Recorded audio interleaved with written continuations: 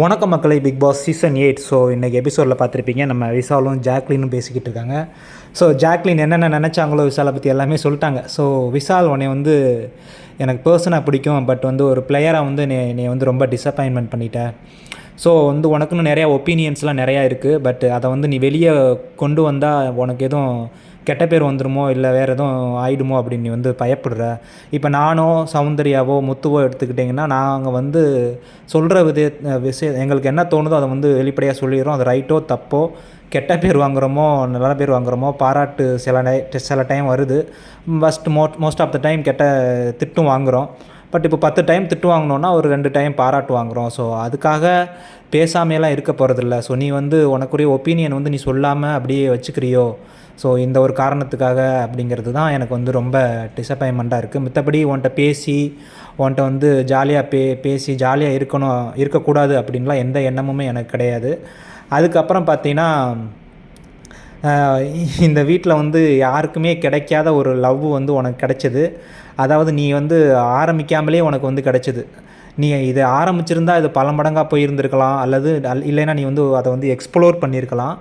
So உனக்கு வந்து நான் வந்து ஒரு ரிஸ்க் எடுத்து ஒன்று பண்ணுறேன், பட் அது வந்து எனக்கு கிடைக்கல. பட் நீ அந்த ரிஸ்க் எடுக்காமையும் உனக்கு கிடைக்குதே அப்படிங்கிற ஒரு டென்ஷன், கடுப்பு தான் எனக்கு இருக்குது.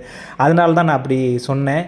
ஸோ எனக்கு வந்து முத்துக்குமரன் மாதிரி ரிஃபைன் பண்ணி பெருசாக அதை கரெக்டாக பேசணும் அப்படின்லாம் தெரியாது. நான் சொன்ன வேர்ட்ஸ் வேணால் ஸ்ட்ராங்காக இருக்கலாம், பட்டு நான் சொன்னது வந்து நான் நம்புகிறேன், பட் நீயும் அதை புரிஞ்சுப்ப அப்படின்னு வந்து நான் நினைக்கிறேன் அப்படின்னு வந்து ஜாக்லின் வந்து சொல்கிறாங்க.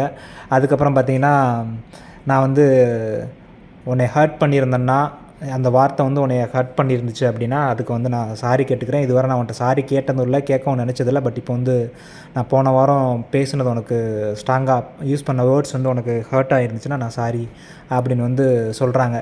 எந்த வேர்டுன்னு தெரியுமா?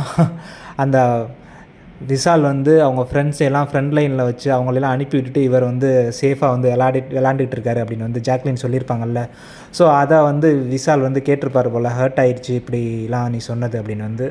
ஸோ அதுக்கான எக்ஸ்ப்ளனேஷன் தான் நம்ம ஜாக்லின் வந்து கொடுத்துக்கிட்டு இருக்காங்க விசால்கிட்ட. ஸோ அந்த லவ் சொன்னாங்க பாரு, செம்மையான வேர்டுங்க.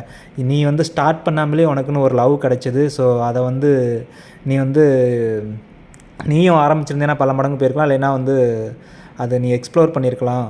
ஸோ அதுக்காக தான் அந்த வேர்டு யூஸ் பண்ணேன் அப்படின்னு சொன்னது வந்து கரெக்டான ஒன்று. ஸோ அது விசால் வந்து புரிஞ்சுட்டுப்பாரா என்னன்னு தெரியல. ஸோ எனிவே பார்க்கலாம் என்ன நடக்குது அப்படின்னு. ஸோ நாளைக்கு வந்து வைல்டு கார்டு கண்டஸ்டன்ட்லாம் வராங்க. அவங்களுக்குரிய ரோஸ்ட் வேர்ட்ஸ்லாம் பயங்கரமாக யூஸ் பண்ணி வச்சுருக்காங்க.